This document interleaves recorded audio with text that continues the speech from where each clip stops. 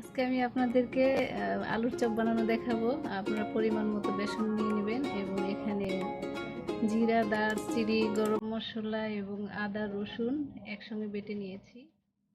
Half চা চামচ দিয়ে দিচ্ছি মরিচের গুঁড়ো, হাফ চা চামচ দিয়ে দিব, হাফ চা চামচ হলুদের গুঁড়ো দিয়ে দিয়েছি, একটু কম দিব। এখানে ধনের গুঁড়ো হাফ চা চামচ দিয়েছি, পরিমাণ মতো লবণ দিয়ে দিয়েছি, আর একটু লবণ দিয়ে দিলাম।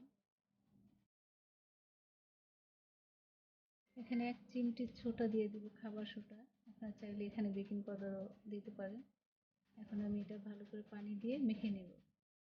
ভালো করে মেখে নিব। প্রথমে আমরা বেসনটা কিন্তু চেলে নিব।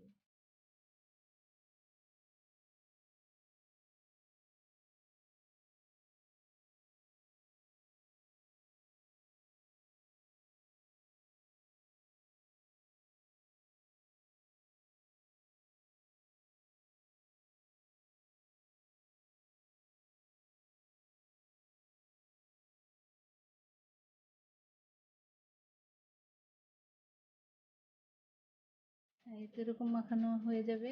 বেশি নরমও হবে না, বেশি শক্ত হবে না। মাখাটা আমরা 10 মিনিট রেখে দেব মেখে। এখন আমরা আলুটা কিভাবে তৈরি করে সেটা দেখাবো। প্রথমে আমরা সিদ্ধ করে নিয়েছি আলু, সিদ্ধ করে ছিলে নিব এবং ভালো করে এটা ভেঙে মেখে নিব।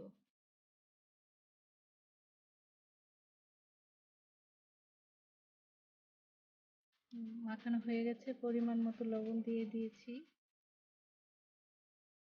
এখন আমরা এখানে আপনার 1 চা চামচ এখানে পাঁচফোড়ন, মরিচের শুকনো মরিচ একসঙ্গে কেটে গুঁড়ো করে নিয়েছি, এখানে 1 চা চামচ দিয়ে দেব।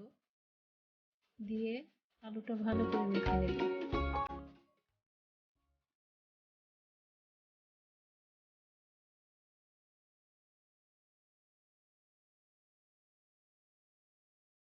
মাখানো হয়ে গেছে। এখন আমরা যেরকম আকৃতি করে আপনারা আলুর চপটা তৈরি করবেন, যেরকম বড় করতে চান মানে ওরকম আলুটা আকৃতি করবেন, করে একসঙ্গে সবকটা এরকম গোল সাইজ করে নেবেন। তারপর আমরা এখন বেসন ভরিয়ে ভেজে নেব। তেল চুলায় দিয়ে আমরা গরম করে নিব। এখন গরম তেলে আমরা এটা এই যে মেখে ছেড়ে দিব গরম তেলে। খেয়াল রাখতে হবে তেলটা গরম হয়েছে কিনা। এভাবে আলতোভাবে আমরা আলুটার সাথে বেসন ভরিয়ে ছেড়ে দেব।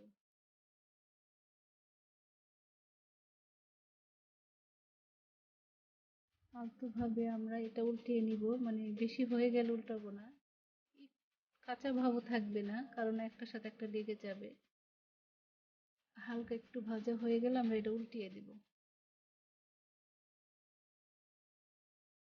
উল্টিয়ে দিতেছি আমরা হালকা করে, এভাবে উল্টিয়ে দিব।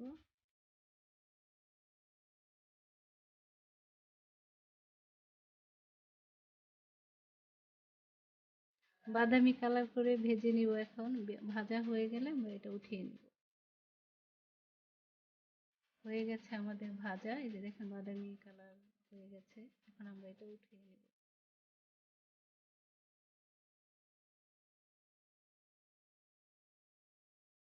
হয়ে গেছে আমাদের আলুর চপ।